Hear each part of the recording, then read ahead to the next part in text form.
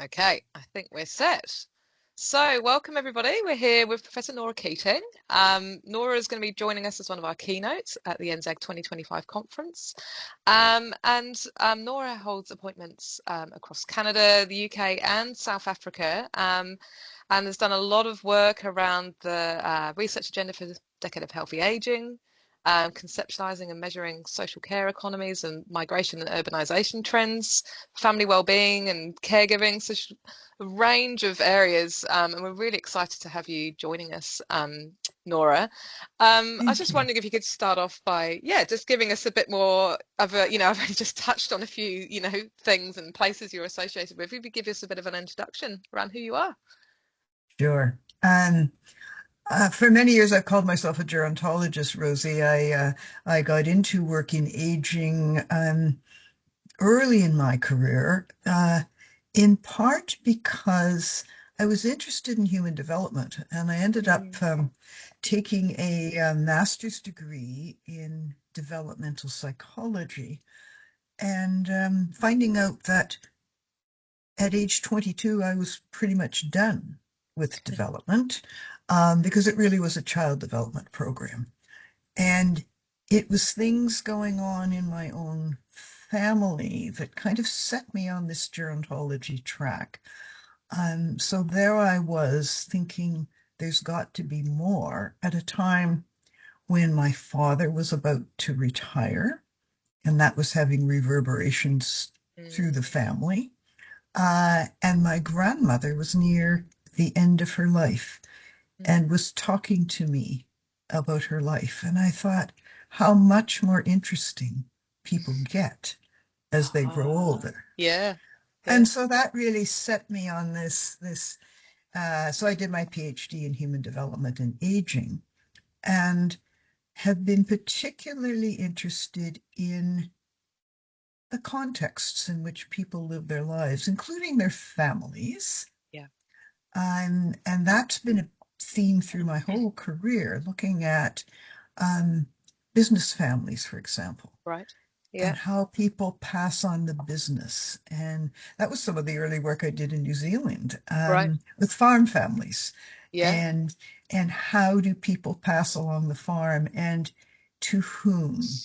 And Yeah. where are women, sort of how gendered it is, and where are women in that whole passage around business and family. Mm. And that's been a lifelong interest of mine, Yeah. families, issues of power, issues of membership, Yeah. and Yeah. who do we count? Yeah. Um, and I continue to do that work. And so my international work is particularly interesting because it challenges certainly my assumptions Yeah. about who counts, Yeah. and who should count and who's responsible. So I find that fascinating, that and the places where families live their lives. So that takes me to this work I've done around place and how place interacts with the people in the place, and things like migration, like New Zealand. Yeah. Canada's a country of migrants, Yeah. immigrants. Um, Yeah. and what are our identities around who we are and where we're placed and how families come together. Yeah. So that's been much of my journey. I'm very privileged now to have appointments at these different places so I can pop in and just listen. Uh, Wow. Yeah. Listen to what people are saying, and particularly our assumptions about who we are and who are our families and what are good places Yeah. to And grow old certainly, and with whom. yeah. And I think that like last time our paths crossed was probably at the Transforming Care Conference in the Mhm. UK, and such a growing body of work in that, isn't there? Like those hidden informal carers and families and how that differs. There's no one model for context of caregiving.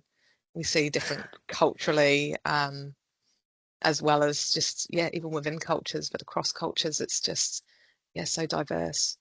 It is, and one of the things I'm reminded of when I go to places like in Southern Africa is how much of the care is done by older generations to younger ones. Right. And that's one of our narratives that, one of those narratives about aging that we've tried to challenge for many years, Yeah. which is aging is not, this horrible trajectory of increasing frailty, that's not the only narrative. There's different roles in there. Sometimes There are they're the different roles, carer, not the and care recipient.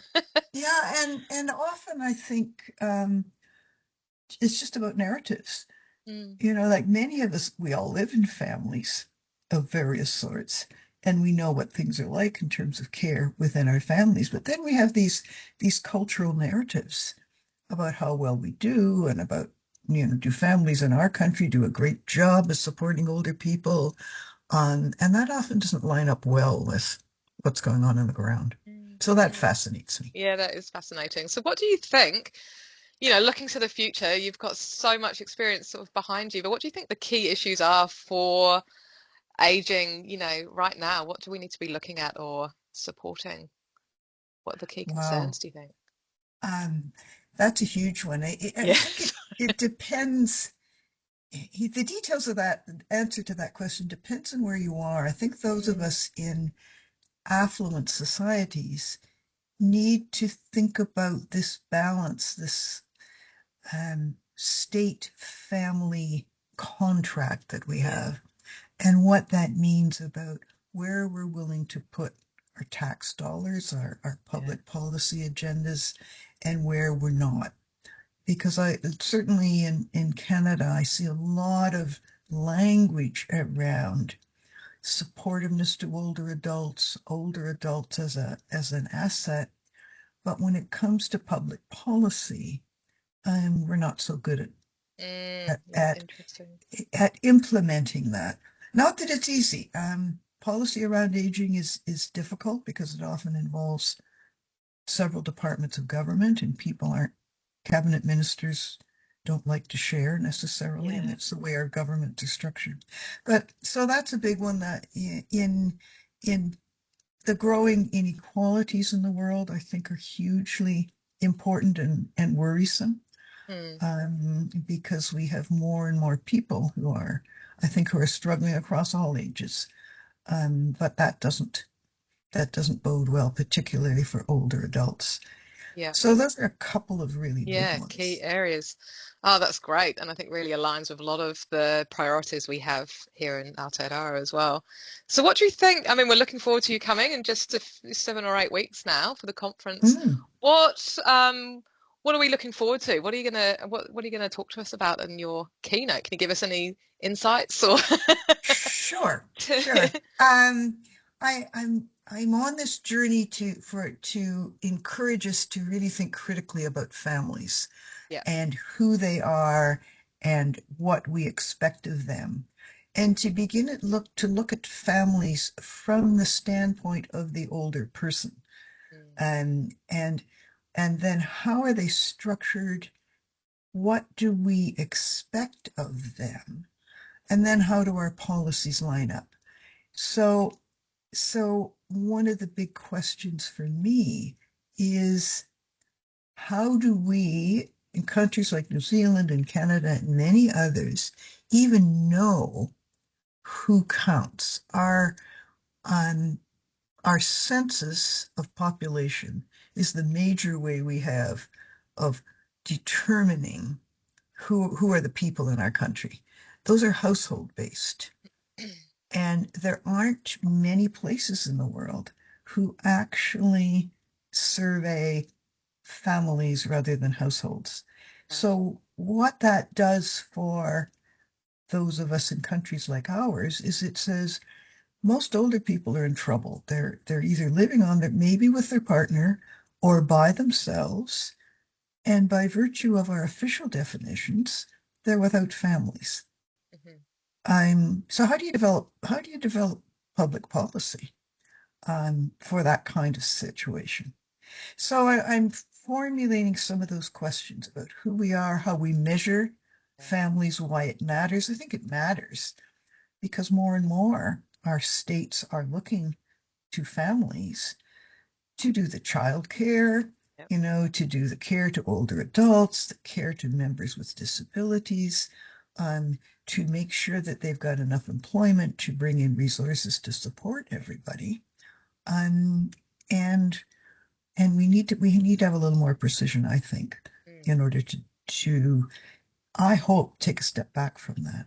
Yeah, that's really exciting. I think that's going to be really great to take that step back and that more broad sociological really approach, isn't it? Thinking Mm.